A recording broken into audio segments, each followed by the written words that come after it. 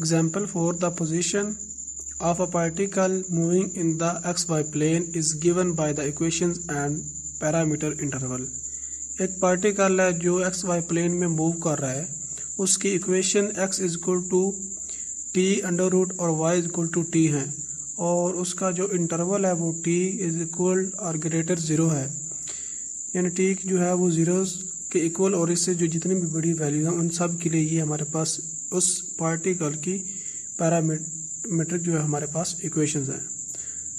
Identify the path traced by the particle, हमने वो path find करना है जिससे पार्टिकल जो है वो मूव करता है। एंड डिस्क्राइब द मोशन, और उसकी मोशन बतानी है।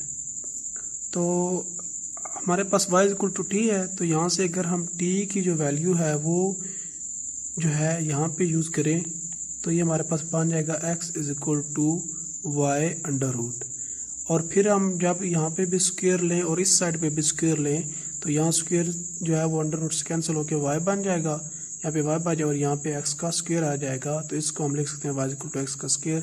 तो ये हमारे पास जो इक्वेशन बन जाएगी ये आ गई पैराबोला की। तो यानी इसकी जो मोशन है वो किस टाइप की है, वो पैराबोलिक है।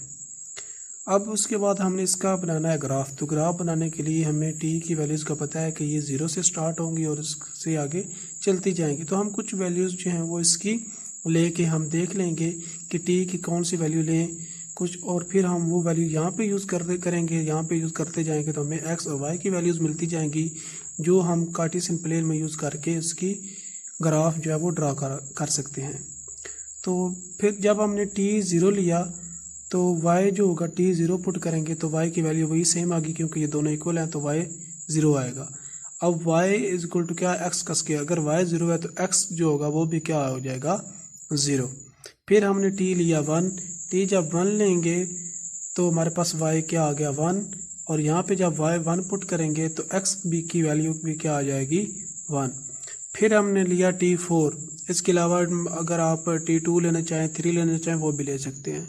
तो हमने यहाँ पे t लिया फोर, तो y हमारे पास t फोर पुट करेंगे तो y फोर आ जाएगा, और जब यहाँ पे y फोर पुट करेंगे तो इसका स्क्वायर रूट लेंगे क्योंकि इस पे स्क्वायर है, तो फिर x की वैल्यू जो आएगी वो क्या आएगी, टू।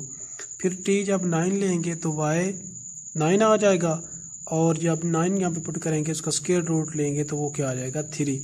तो हमें x और y की वैल्यूज़ मिल गई हैं, तो वो हम यूज़ करेंगे कार्टेशियन प्लेन में। अब यहाँ पे t ज़ीरो था तो x भी ज़ीरो और y भी ज़ीरो, तो ये इसका ओरिजिन पे यहाँ पे दोनों x भी ज़ीरो होगा और y भी ज़ीरो होगा।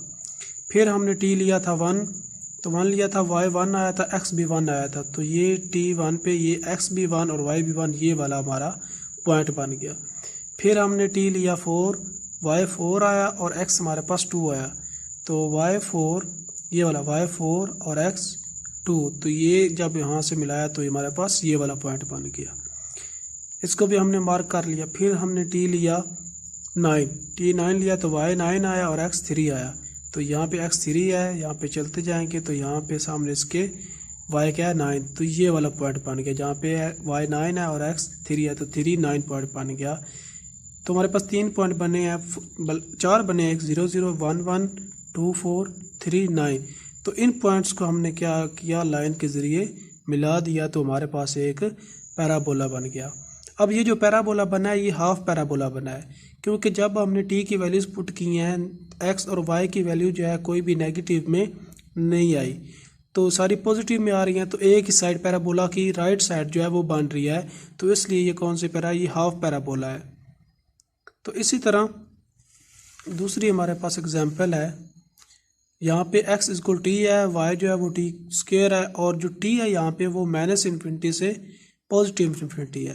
अब ये जो क्वेश्चन है ये सेम पहले की तरह है, फ़र्क क्या होगा, यहाँ पे जो t होगा उसकी वैल्यूज़ जो होंगी वहाँ पे ज़ीरो से स्टार्ट हो रही थी और पॉजिटिव की साइड की जा रही थी। यहाँ पे जो t है वो नेगेटिव भी है और पॉजिटिव भी है। तो जब आप यहाँ पे t की वैल्यूज़ यूज़ करेंगे तो आप देखेंगे कि यहाँ पे जो x होगा, जब यहाँ पे आप नेगेटिव वैल्यू पुट करेंगे तो x की नेगेटिव भी वैल्यूज़ आएंगी। यहाँ पे जस्ट हमारे पास x पॉजिटिव आ रहा था, लेकिन यहाँ पे x नेगेटिव भी आएगा, y तो पॉजिटिव ही रहेगा क्योंकि उसका स्क्वायर है, तो y ये सारा पॉजिटिव रहेगा, लेकिन x की ये वाली भी वैल्यूज़ आएंगी पॉजिटिव और नेगेटिव वैल्यू आएंगी, तो ये इसका जो पैराबोला बनेगा वो हाफ नहीं होगा, वो कंप्लीट पैराबोला होगा। तो इस साइड पे भी हमारे पास इस तरह ये सेम बन जाएगा। तो इस तरह ये एक कंप्लीट पैराबोला एग्जाम्पल नंबर 5 में बनेगा। उससे नेक्स्ट एग्जाम्पल है 6। Find a parameterization for the line through the point A B having slope m। हमने क्या करना है, पैरामीटराइजेशन फाइंड करनी है लाइन की, और वो जो लाइन है वो किस पॉइंट से गुजर रही है, ए बी से, और उसका स्लोप क्या है m। अब पैरामीटराइजेशन फाइंड करने के लिए सबसे पहले तो हमें इक्वेशन ऑफ लाइन का पता होना चाहिए। तो लाइन की जो इक्वेशन होती है वो होती है y minus B is equal to m into x minus A.